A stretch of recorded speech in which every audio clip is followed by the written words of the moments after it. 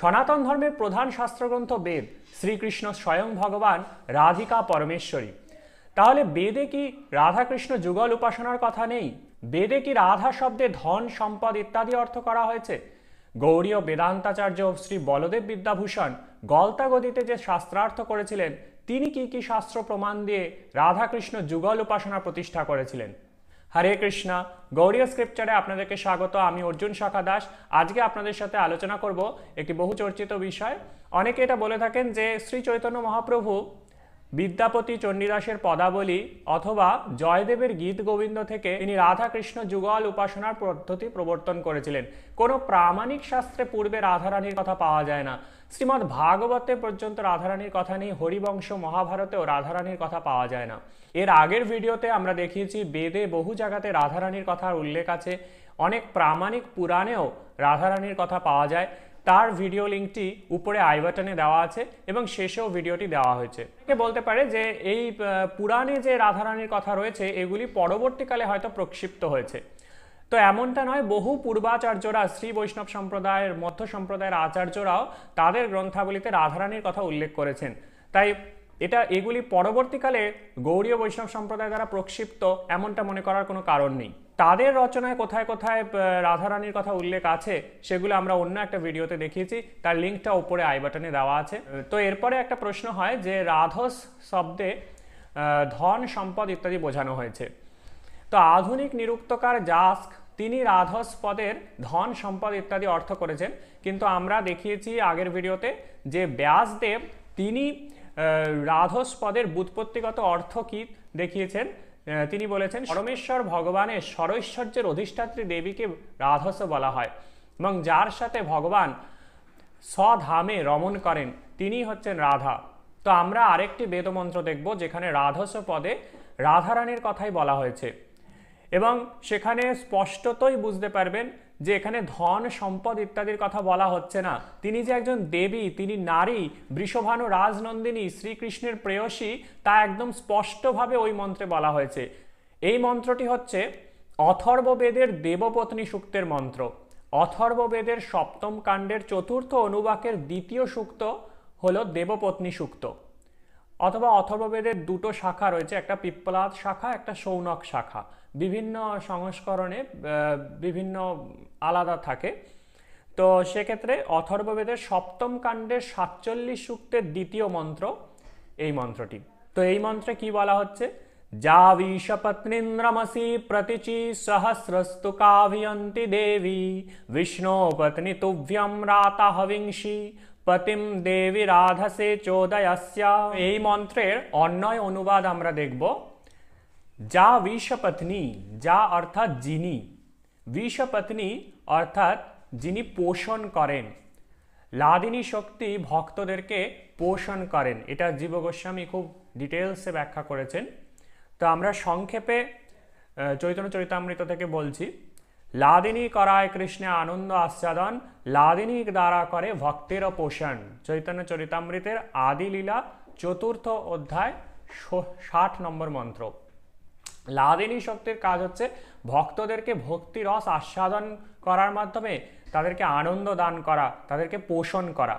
তো বিষপত্নী মানে হচ্ছে যিনি পোষণ করেন। ইন্দ্রমসি অভিয়ন্তি, ইন্দ্রম অর্থাৎ পরম ঐশ্বর্যশালী যে পরমেশ্বর, তার অভিমুখে যিনি ধাবমানা বা গমনশীল, তার অর্থ হচ্ছে ইন্দ্রম আসি অভিয়ন্তি। সহস্রস্তুকা অর্থাৎ যিনি বহু স্তুতি দ্বারা স্তুতমানা। রাধারানী তার নিজ সখী মঞ্জরীগণ দ্বারা স্তুত হচ্ছেন। তো যদি কোনো রাজার রানী থাকে, তারও তো অনেক সেবক সেবিকা থাকে, তারাও সেই রানীকে অনেক বন্দনা করে। তো এই মন্ত্রটি কোনো রাজার উদ্দেশ্যে, মানে কোনো রাজার রানীর উদ্দেশ্যেও হতে পারে না, সেরকম নয়। কেন কি এখানে বলা হচ্ছে প্রতীচি, অর্থাৎ আপনি পূর্ণ জ্ঞান সম্পন্ন। পরম ঐশ্বর্যশালী পরমেশ্বর যেরকম, স্বয়ং ভগবান শ্রীকৃষ্ণ যেরকম সচ্চিদানন্দময়, পূর্ণ জ্ঞানময়, সেরকম আপনিও পূর্ণ জ্ঞানময় পরমেশ্বরী। তারপরে বলা হচ্ছে দেবী অর্থাৎ দ্যোতমানা। ভর্গো দেবস্য পদে যে পরমেশ্বরের কথা বলা হয়েছে, সেই পরমেশ্বরের স্ত্রী বা প্রেয়সী, তাই জন্য তাকে বলা হচ্ছে দেবী। তারপরের যে লাইনটি রয়েছে বিষ্ণু পত্নী তুভ্যম দেবী রাধসে, এখানে কি রাধারানীর কথা বলা হচ্ছে না? বিষ্ণু পত্নী তুভ্যম, আপনি পরমেশ্বর শ্রীকৃষ্ণের প্রেয়সী, তুভ্যম আপনাকে, হবিংসি রাতা, হবি দান করি, রাতা মানে হচ্ছে দান করা বোঝায়, হবিংসি রাতা আপনাকে যজ্ঞে হবি দান করি। কেন হবি দান করব? পতিম চোদয়াস্য, আপনার প্রতি অর্থাৎ পরমেশ্বর শ্রীকৃষ্ণকে আমাদের প্রতি চালিত করুন।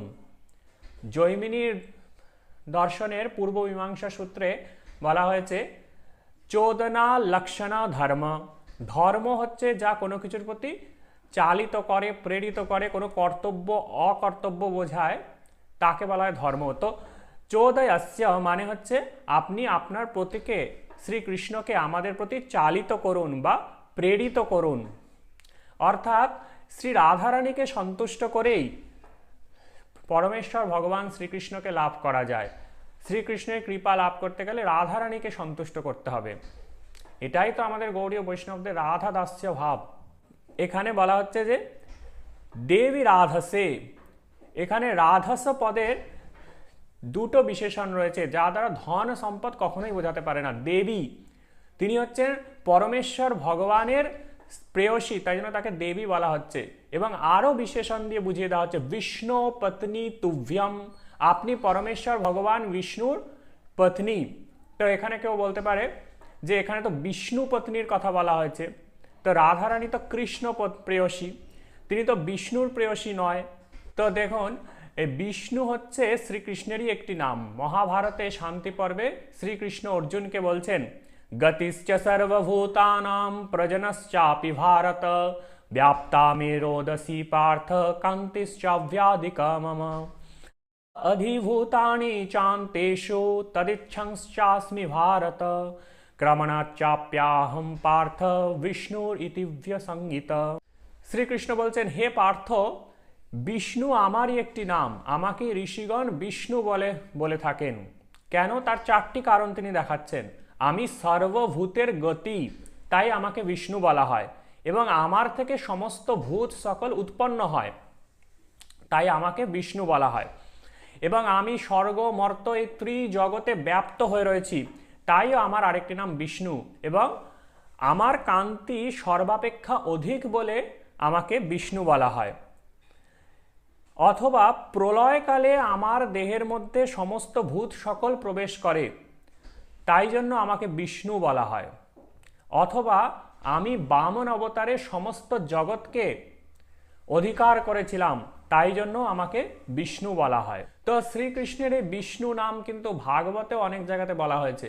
ভাগবতে রাসলীলা অধ্যায়ের ফলশ্রুতি যখন বলা হচ্ছে, তখন বলা হচ্ছে বিক্রীড়িত ব্রজবধূ বিরিদিঞ্চ বিষ্ণু শ্রদ্ধান্বিত অনুশৃণুয়াদ অথবর্ণইজ্জা।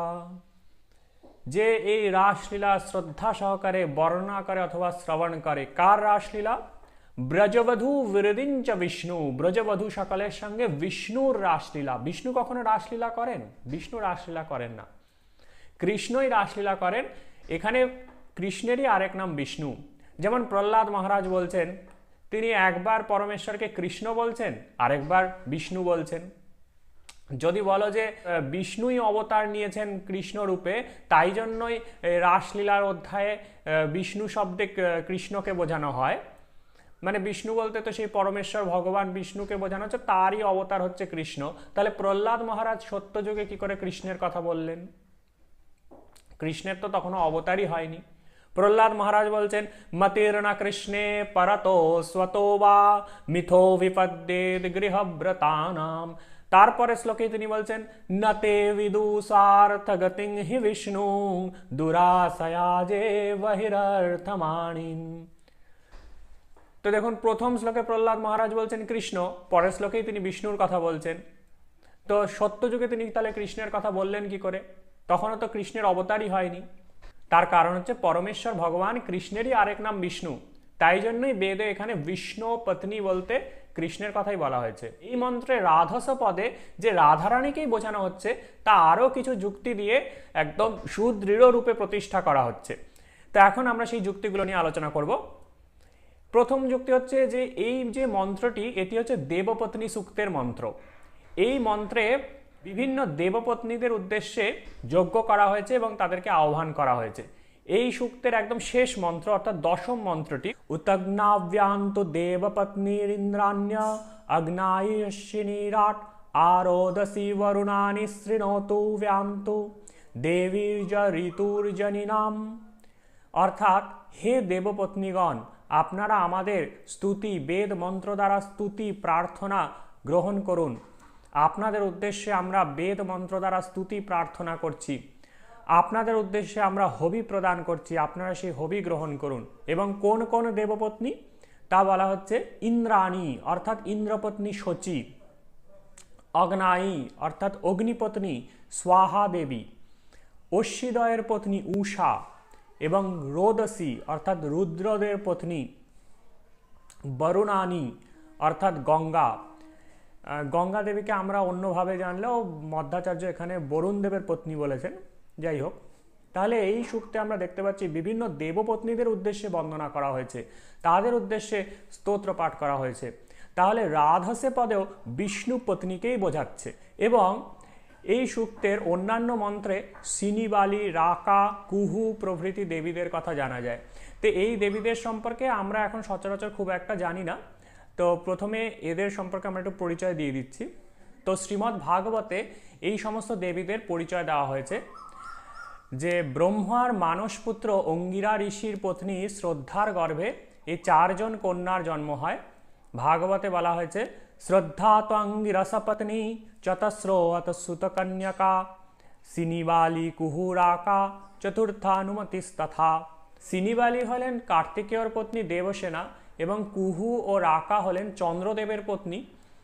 বিজয়োধ্বস তীর্থ আমাদের পূর্ব আচার্য তিনি বলেছেন কৃষ্ণ চতুর্দশাভিমানিনী সিনিবালি তৎপঞ্চদশাভিমানিনী কুহু শুক্ল চতুর্দশাভিমানিনী অনুমতি তৎপঞ্চদশাভিমানিনী রাকা। অর্থাৎ কৃষ্ণ চতুর্দশী তিথির অভিমানিনী দেবতা হলেন সিনিবালি এবং শুক্ল পঞ্চদশী অর্থাৎ পূর্ণিমা তিথির অভিমানিনী দেবী হলেন রাকা ও অমাবস্যা বা কৃষ্ণ পঞ্চদশী তিথির অভিমানিনী দেবী হলেন কুহু। একটি কাহিনী আছে যে ইন্দ্র এক অসুরের হাত থেকে এই সিনিবালি দেবীকে উদ্ধার করেন এবং সমস্ত দেবতারা তাকে তাদের ভগিনী রূপে গ্রহণ করেন এবং পরে তার সঙ্গে কার্তিকেয়র বিবাহ হয়। কার্তিকেয়র পত্নী দেবসেনারই অপর নাম হচ্ছেন সিনিবালি। মহাভারতেও বলা হয়েছে ষষ্টিঞ্জাং ব্রাহ্মণা প্রাহুর লক্ষ্মী মাসাম সুখপ্রদাম সিনিবালিং কুঞ্চৈব সদ্বৃত্তিম অপরাজিতাম।